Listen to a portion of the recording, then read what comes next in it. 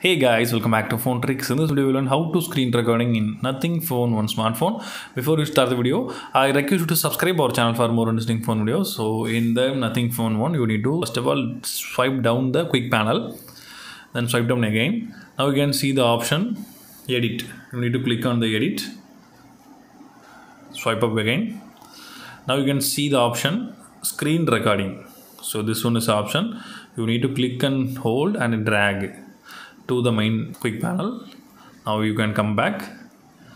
Now swipe left. Now you can see the option screen record. You can click on that. Now you can access the settings of screen recording. So you can use your microphone audio. Also you can show the touches on the screen. Then click start. Now the screen recording is started.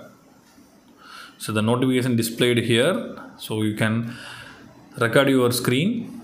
So when you are finished, you need to swipe down the quick panel, then click stop. Now it will save into the gallery. Now the screen recording is started. So the notification displayed here. So you can record your screen. So that's all guys. I hope this video is very useful to you.